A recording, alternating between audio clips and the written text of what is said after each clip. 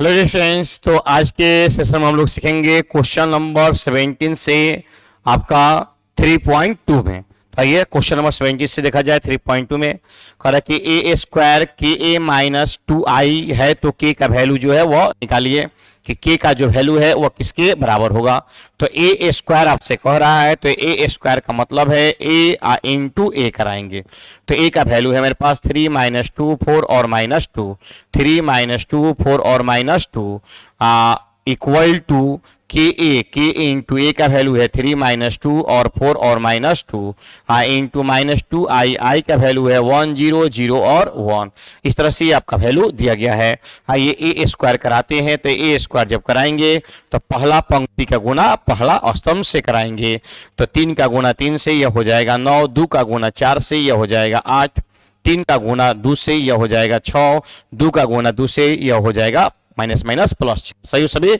अब आइए फिर 4 का गुना हम 3 से कराएंगे तो यह हो जाएगा 12, 2 का गुना 4 से कराएंगे तो यह हो जाएगा 8, 4 का गुना 2 से कराएंगे तो यह माइनस 8, यह हो जाएगा माइनस माइनस प्लस कितना आपका 4 इक्वल टू 3 के यह हो गया, या माइनस 2 के हो गया, या आपका 4 के हो गया, या माइनस 2 के हो गया। ये माइनस यह हो जाएगा 2, यह हो जाएगा 0, यह हो जाएगा 0 और यह हो जाएगा आपका 2। अब यहाँ ऐड कर लीजिए तो 8 9 माइनस 8 इक्वल टू यहाँ पर 1 हो जाएगा, यहाँ पर हो जाएगा माइनस 2, यहाँ पर हो जाएगा आपका 4 और यहाँ हो जाएगा माइनस 4 इक्वल टू यहाँ हम लिख सकते हैं सामने सामने जो भी एडिशन हो एडिशन करके, सब्ट्रैक्शन है तो सब्ट्रैक्शन करके। तो यहाँ ध्यान दीजिएगा 3 के और माइनस कितना 2 हो जाएगा, ये तो आपको हो जाएगा माइनस केवल 2 के हो जाएगा, और यह हो जाएगा आपका 4 के, और यह हो जाएगा आपका माइनस 2 के माइनस 2। तो एक ध्यान रखिएगा, एक समीकरण में एक ही अचर हो या चर हो उसका एक ही मान होना अनिवार्य है। एक से अधिक मान होगा तो देखा जाएगा कि कौन सा मान जो है वह सब में वैलिड है। तो आइए 1 बराबर 3 के माइनस 2, 1 बराबर 3 के माइनस 2, इसको उधर ले जाएंगे तो ये भी 3 हो जाएगा, 3 इक्वल टू 3 के, यानी कि के इक्वल टू आपका 1 हो जाए। किसी भी टर्म में आप के को यूज करेंगे तो 1 के इक्वल कोई भी आप कंपेयर करा के देख सकते हैं। जैसे 4 इक्वल टू 4 के, 4 से 4 कैंसिल हो जाएगा, के का वैल्यू आपका 1 ही आएगा, यानी कि minus 4 equal to minus 2 into 2 के, उस केस में भी माइनस 4 इक्वल टू माइनस 2 के और कितना माइनस 2 इधर लेकर आएंगे तो माइनस 2 इक्वल टू माइनस 2 के का जो वैल्यू है वो आपका ऑलरेडी 1 ही होगा। तो किसी भी केस में के का जो मान है वह 1 के बराबर होगा, किसी भी केस में के का मान जो है वह 1 के बराबर होगा। एक निकाय में एक चर राशि का एक ही मानव होता है। आगे बढ़ते हैं तो क्वेश्चन नंबर 18, क्वेश्चन नंबर 18 ये कह रहा है आपसे कि वैल्यू दिया हुआ है I2 ले लीजिए, यानी कि एक तत्समक आव्यूह यानी कि एक इकाई आव्यूह। दो क्वेश्चन इसमें टॉप है, एक 13 और एक 18, बाकी सब नॉर्मल क्वेश्चन है। तो सिद्ध करके दिखाना है कि I plus A, I minus A into यह वैल्यू जो है अगर इसका हम इंटू कराते हैं तो LHS इक्वल टू RHS आपका बराबर होगा। तो एक बार चलेंगे हम लोग LHS लेकर और एक बार चलेंगे हम लोग RHS लेकर। तो LHS से किससे LHS से, तो आइए LHS में हम लोग ध्यान देते हैं कि LHS में क्या वैल्यू आपका मिलेगा। LHS से I प्लस ए, तो I का वैल्यू क्या होता है 1 0 0 1 प्लस ए का वैल्यू क्या है तो 0 माइनस tan अल्फा बाई 2 और tan अल्फा बाई 2 और कितना 0।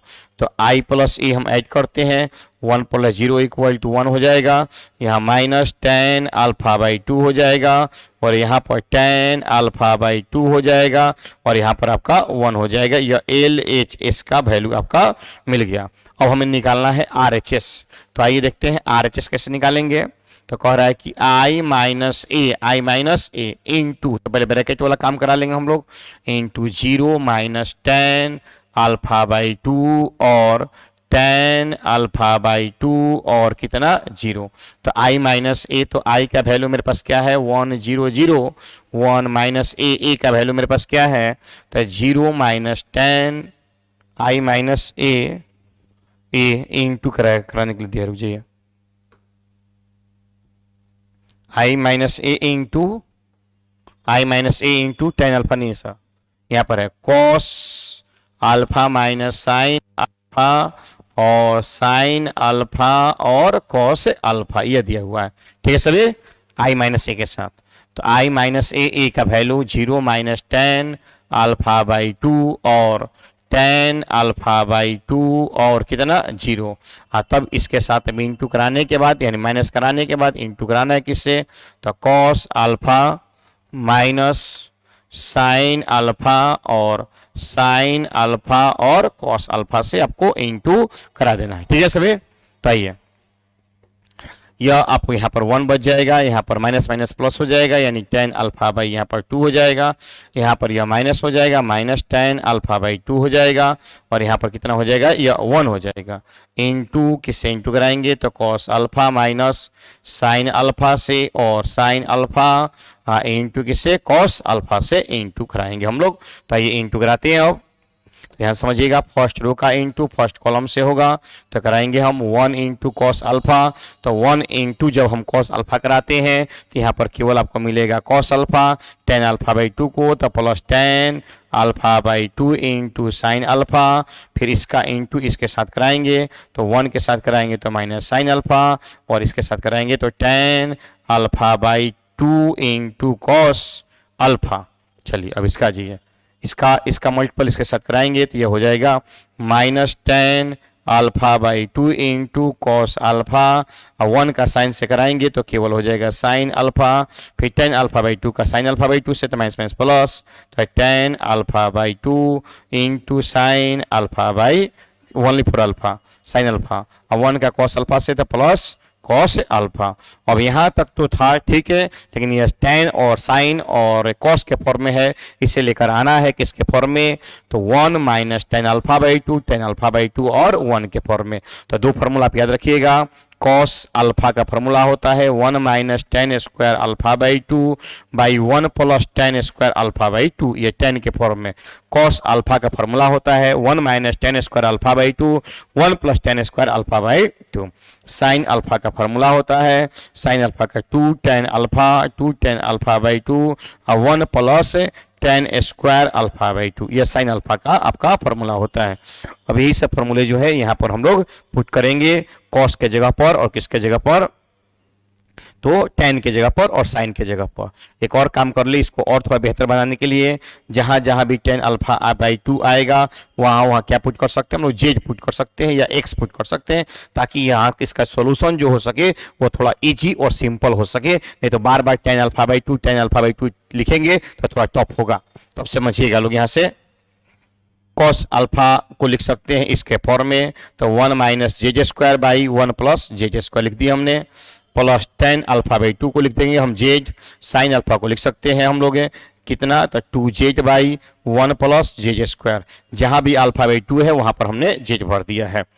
यहाँ पर लिख सकते हैं कि minus 2z by 1 plus J square, यहाँ पर लिख सकते हैं हम लोग z, tan अल्फा बाई 2 का वैल्यू हमने z माना है, और इसको लिख सकते हैं 1 minus J square by 1 plus J square. ठीक है सभी, तो सभी के को होकर समझिए, जहां जहां tan अल्फा बाई 2 है वहां z, जहां cos अल्फा है वहां पर 1 minus tan square by 1 plus tan square, और जहां साइन अल्फा है वहां 2z by 1 plus J square.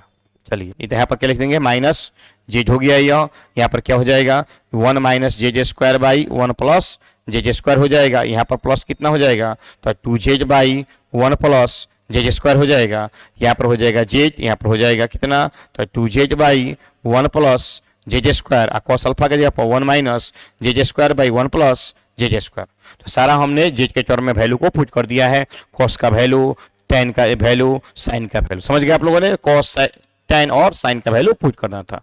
अब आइए कैलकुलेशन करते, थोड़ा ध्यान दीजिए कैलकुलेशन पर।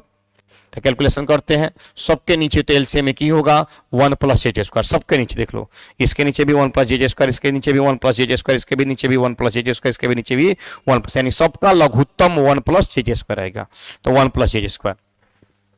तो यहाँ हमने लिख दिया कि 1 प्लस जे स्क्वायर, यहाँ ध्यान दीजिएगा 1 माइनस जे स्क्वायर या 2 जे स्क्वायर हो जाएगा, तो 2 जे स्क्वायर में से माइनस जे स्क्वायर घटेगा तो 1 जे स्क्वायर बच जाएगा, तो क्या बचेगा यहाँ पर 1 प्लस जे स्क्वायर यहाँ आपका बच जाएगा। अब यहाँ देखो, यहाँ पर लोग एलसीएम हम लेंगे तो एलसीएम हो जाएगा कितना, 1 प्लस जे स्क्वायर आपका एलसीएम हो जाएगा, और माइनस 2z यह हो जाएगा z, तो माइनस 2z में से z घटेगा तो एगो माइनस z बच जाएगा, तो एगो माइनस z जो है वो आपका बच जाएगा, माइनस 2z में से z घटेगा तो एगो माइनस z आपका बच जाएगा।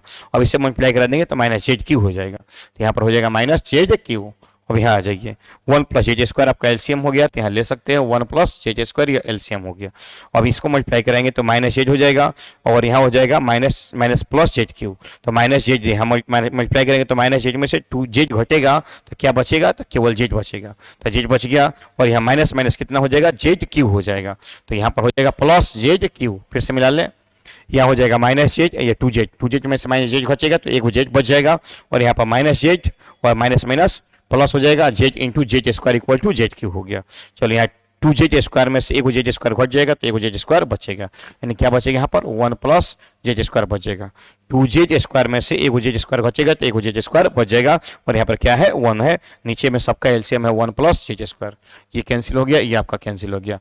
यहाँ क्या बचा 1, यहाँ से हम क्या किए माइनस जेड कॉमन निकाल ले, तो क्या बचेगा 1 प्लस जे स्क्वायर बचेगा, नीचे क्या बचा 1 प्लस जे स्क्वायर, यहाँ पर क्या बचा माइनस कॉमन निकाल लेंगे तो 1 प्लस जे स्क्वायर, नीचे भी क्या बचेगा 1 प्लस जे स्क्वायर, यहाँ पर कितना बचेगा 1, ये भी कैंसिल, ये भी कैंसिल। अब क्या बचा तो 1 माइनस जेड 1 वैल्यू भर दो, 1 माइनस जेड का value tan alpha by 2 Z का वैल्यू tan अल्फा बाई 2 और 1। इस तरह से हमने देखा कि LHS इक्वल टू RHS आपका यह प्रूफ हो गया। आप इसको स्क्रीनशॉट लेकर और आराम से नोट कर सकते हो। दिया था क्वेश्चन नंबर 18, हमने पहले ही कहा है कि क्वेश्चन नंबर 13 और क्वेश्चन नंबर आपका 18 जो है वो थोड़ा सा टफ है, बाकी सभी क्वेश्चन जो है वो नॉर्मल से, तो आप लोग इसको स्क्रीनशॉट लेकर और इसे आप नोट कर सकते हैं, ताकि हम लोग अब आगे बढ़े क्वेश्चन नंबर 19 की तरफ। इसको स्क्रीनशॉट लेकर आप लोग नोट कर सकते हैं, ताकि हम आगे बढ़े क्वेश्चन नंबर 19 की तरफ। तो आइए हम लोग अब आगे बढ़ते हैं क्वेश्चन नंबर 19 की तरफ।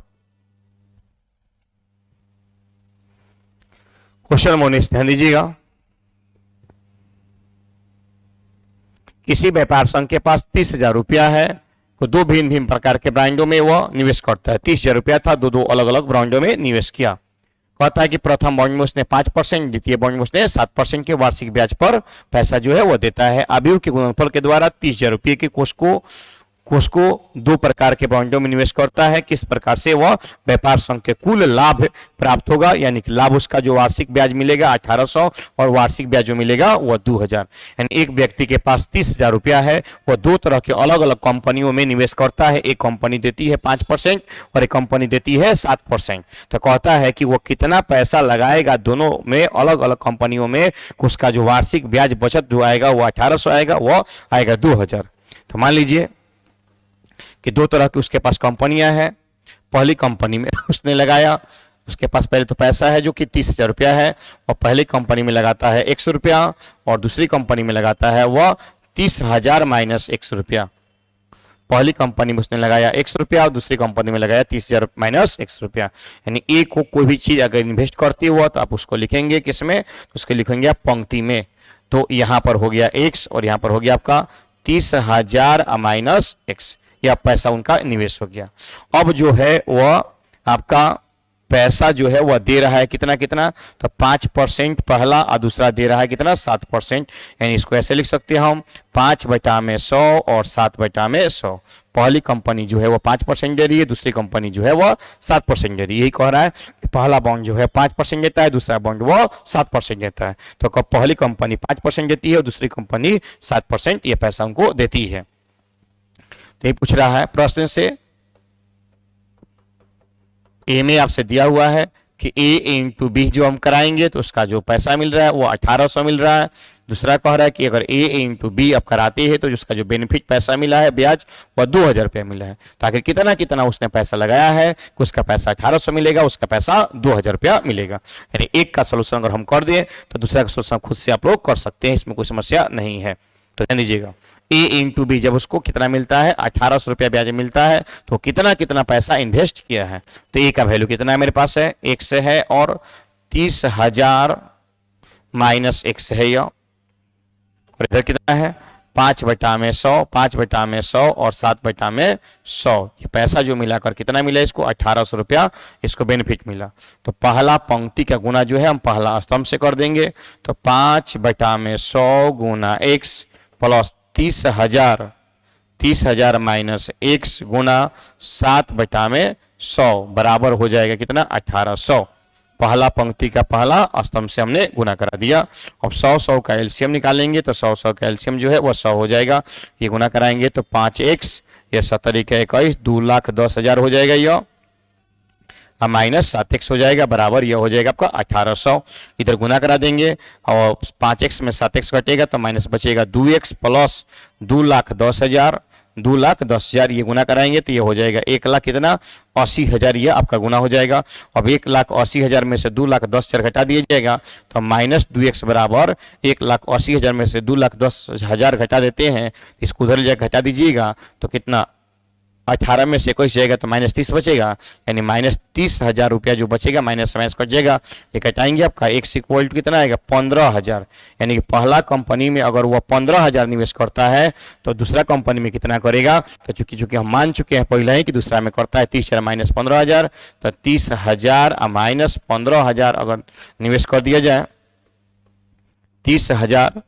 30,000 माइनस 15,000 कर दिया जाए तो दूसरा कंपनी में वो कितना करेगा, तो दूसरा कंपनी में भी 15,000 रुपया वह निवेश करेगा। यानी पहला कंपनी में वह 15,000 और दूसरा कंपनी में भी वह 15,000 रुपया निवेश करता है, तो उसका सालाना जो बचत है वह 1,800 रुपया होगा।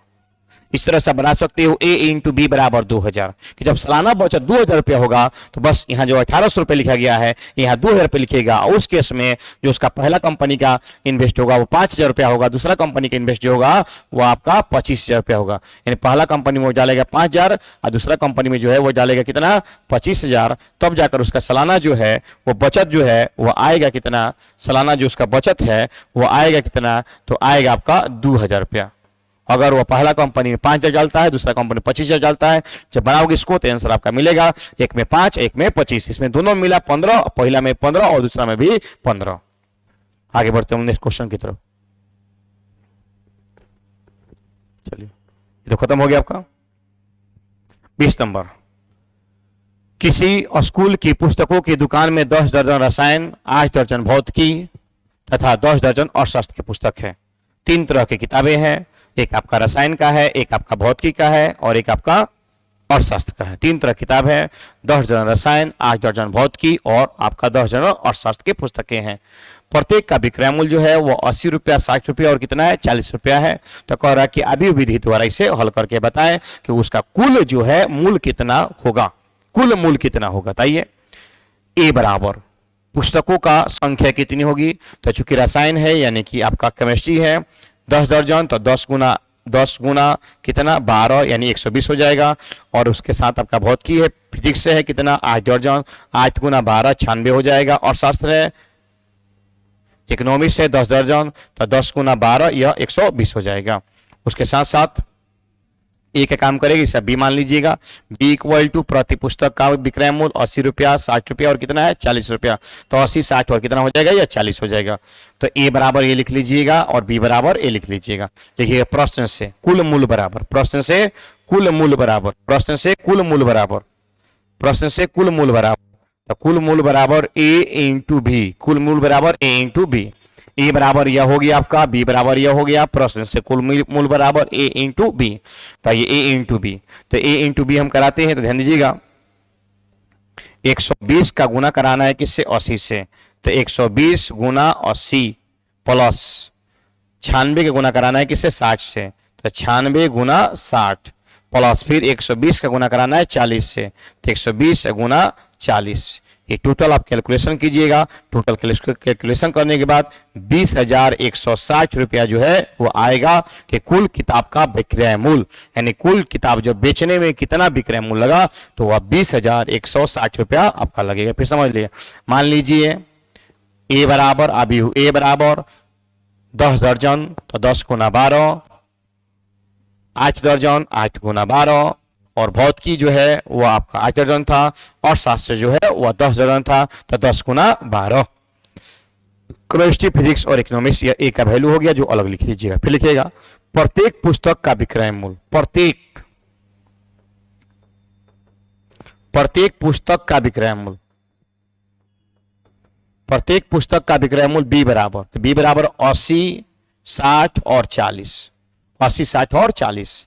प्रश्न से, प्रश्न क्या कहा ए इंटू बी, ए इंटू बी बराबर कुल मूल्य, ए इंटू बी बराबर कुल विक्रय मूल्य, ए इंटू बी, ए लिख दिए और बी लिख दिए और ए का डॉट बी से करा दीजिएगा, 20,100 आपका 60,000 रुपया आएगा। सही है सभी? चलिए अब आगे बढ़ते हैं। 2 क्वेश्चन आपका ऑब्जेक्टिव है, दोनों क्वेश्चन हम लोग क्लियर करते हैं। 21 और 22 देखिए, 21 और 22 के लिए आपको यहाँ दे दिया गया है, इसे आप पढ़ लीजिएगा बढ़िया से। पहले x का दिया हुआ है 2 गुना n, 2 गुना n, ये किसका वैल्यू दिया गया है? x का वैल्यू। तो x का 2 गुना n है, y का है 3 गुना k, x का जो वैल्यू है वह 2 गुना n है, x का वैल्यू जो है वह पहले ऐसा क्वेश्चन आता था, अब नहीं आते हैं, ये लिखित क्वेश्चन है, पहले लिखा हुआ है, उसको पढ़े उसके बाद जवाब दें। x का वैल्यू 2 गुना n और y का जो है वह 3 गुना k है। x का वैल्यू जो है वह 2 गुना n है, x का वैल्यू जो है कोटि का 2 गुना n है, y का जो वैल्यू कोटि है वह 3 गुना आपका n है। x का 2 गुना n, x का 2 गुना n, y का 3 गुना k है, y का 3 गुना आपका k है। y का जो कोटि है वह 3 गुना कितना है? तो 3 गुना आपका k है, यह y के कोटि हो गया। फिर किसका कोटि दिया है? z का कोटि दिया हुआ है 2 गुना p, तो z का कोटि हम लिखेंगे तो z दिया गया है z बराबर आपका 2 गुना p, 2 गुना p दिया हुआ है। उसके बाद किसका कोटि है? उसके बाद w का कोटि है 3 गुना n, n गुना 3, w का कोटि लिख दिया जाए तो w का कोटि n गुना आपका 3 हो गया। फिर उसके बाद किसका कोटि है? p का, तो p का कोटि क्या दिया हुआ है? तो p का कोटि चेक किया जाए p गुना k, तो p का कोटि है p गुना k, यह आपका x y z w और p का कोटि आपको दे दिया गया है। अब आपसे क्वेश्चन क्या कर रहा है? क्वेश्चन कर रहा है आपसे कि P Y W Y plus W Y का वैल्यू क्या होगा? तो p का कोटि कितना है आपके पास? तो p गुना k है p का कोटि प्लस पी वाई, y के कोटि कितना है? तो 3 गुना k है, p का कोटि है यह y के कोटि है P Y plus W Y, w का कोटि कितना है? तो w इंटू वाई, w का कोटि कितना है भाई? तो w कोटि है n गुना 3 और y की कोटि कितना है? तो 3 गुना k है। अब देखिए, किसी भी अवयव का जब गुना कराएंगे तो पहला का पंक्ति दूसरा का स्तंभ नए अवयव की रचना करेगा, तो पी वाई में आ जाएगा p गुना k आ जाएगा, प्लस पहला का पंक्ति दूसरा का स्तंभ यानी कि इसमें डब्ल्यू वाई में जो है वह आ जाएगा n गुना k आ जाएगा। अब जोड़ या घटाव में कोटि जो है वह समान होता है, तो p का मान जो है वह k के बराबर होगा, p का मान जो है वह k के बराबर होगा n गुना k। y के कोटि जो था वह 3 गुना k था, तो n गुना k होगा। तो p का कोटि जो है पहला का पंक्ति दूसरा का स्तंभ, रुक जाइए 1 मिनट रुक जाइए, क्या क्वेश्चन कह रहा है? P Y W Y, P Y W Y, P Y W Y, तो p का कोटि जो है वह p गुना k है, p का कोटि जो है p गुना k है और y के कोटि है 3 गुना k है, तो नया कोटि जो बनेगा वो p गुना k बनेगा, p गुना k बनेगा। यहाँ k और 3 आपस में क्या होना चाहिए? बराबर होना चाहिए, जो कि ऑलरेडी आपके पास है। अब डब्ल्यू वाई, तो डब्ल्यू का कोटि जो है वो n गुना 3 है, तो n गुना 3 लिख दिए, n गुना 3 हो गया आपका डब्ल्यू का कोटि। डब्ल्यू कोटि थोड़ा ध्यान दीजिए, डब्ल्यू कोटि और तो डब्ल्यू कोटि कितना है? डब्ल्यू n गुना 3 है, सॉरी n गुना 3 है, डब्ल्यू का कोटि जो है वह n गुना 3। देखिए इसका यहाँ पर इसका यह वैल्यू और इसका ए वैल्यू, डब्ल्यू का कोटि जो है वह n गुना 3 है, तो डब्ल्यू का कोटि हमने लिखा है n गुना 3 और डब्ल्यू वाई आपको करना है, तो पहला का पंक्ति दूसरा का स्तंभ नए अवयव की रचना करेगा। ये भी आपका सही है कि पहला का पंक्ति और दूसरा का स्तंभ जो है वह नए अवयव की रचना करेगा, तो n गुना 3 हो गया और y के कोटि जो हो गया वो आपका n गुना k हो गया। कहाँ मिस्टेक हो रहा है जी? फिर से मिलाइए तो x का कोटि 2 गुना n, x का कोटि 2 गुना n, x का कोटि 2 गुना n, y के कोटि 3 गुना k, y के कोटि 3 गुना k, y के कोटि 3 गुना k, y के कोटि 3 गुना k। उसके बाद किसका कोटि? z का कोटि 2 गुना p, z का कोटि 2 गुना p, z का जो ऑर्डर है वह 2 गुना p है। उसके बाद फिर किसका? w का कोटि n गुना 3, तो w का कोटि जो है वह n गुना 3, n गुना 3। फिर p का कोटि जो है वह p गुना k, तो p का कोटि जो है वह p गुना k। सब सही है, यहाँ पर सबका कोटि सही है। क्वेश्चन क्या है? P Y plus W Y, P Y plus W Y का कोटि बताइए, P Y plus W Y का कोटि बताएं। 20 P Y plus W Y का कोटि आपको बताना, P Y plus W Y का कोटि आपको बताना है। आइए पी वाई, पी के कोटि पी गुना के, पी गुना के, वाई के कोटि जो है वो किसके बराबर होगा, तो वाई के कोटि जो है वो 3 गुना के, 3 गुना के, डब्ल्यू का कोटि एन गुना 3, तो डब्ल्यू कोटि एन गुना कितना हो जाएगा आपका 3 हो जाएगा, और आपका जो है y के कोटि 3 गुना के, सही है। पहला का पंक्ति दूसरा का स्तंभ नया अभिव्यक्ति रचना करेगा, नया अभिव्यक्ति रचना किया पी गुना किए, पहला का पंक्ति और दूसरा का स्तंभ नया अभिव्यक्ति रचना किया गया, नया अभिव्यक्ति रचना किया एन गुना आपका किए। अब देखिए जुड़ के प्रक्रिया में हमने सिखाया है, यही थोड़ा मिस्टेक हो रहा था अभी, जुड़ के प्रक्रिया में सिखाया है पंक्ति पंक्ति के बराबर होगा, स्तंभ स्तंभ के बराबर होगा, पंक्ति पंक्ति के बराबर होगा, स्तंभ स्तंभ के बराबर होगा, तो पी का मान एन के बराबर होगा, के का मान के बराबर होगा, और के का मान ऑलरेडी पहले से आपको दिया गया है कितना 3, पी का मान पी के बराबर होगा, के का मान के बराबर होगा, और के का मान ऑलरेडी पहले से कितना दिया गया है 3 है। चलिए आगे बढ़ते, लास्ट क्वेश्चन इस चैप्टर का होगा। इसमें क्या दिया हुआ लास्ट क्वेश्चन में, एन अब पी बराबर है तो 7x माइनस 5z किसके बराबर होगा, 7x minus 5z, 7x minus 5z किसके बराबर होगा, 7x माइनस 5z, 7x देखो किसी भी अचर राशि से गुना कराने पर कोटि के में कोई भी परिवर्तन नहीं होता है, किसी भी अचर राशि से गुना कराने पर कोटि में कोई भी परिवर्तन नहीं होता है।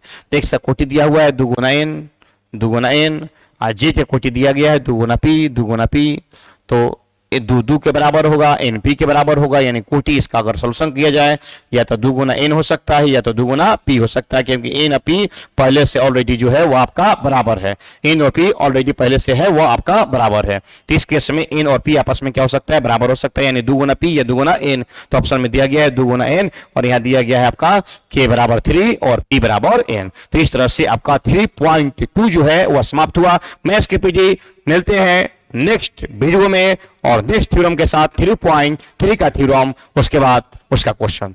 जय हिंद, जय भारत।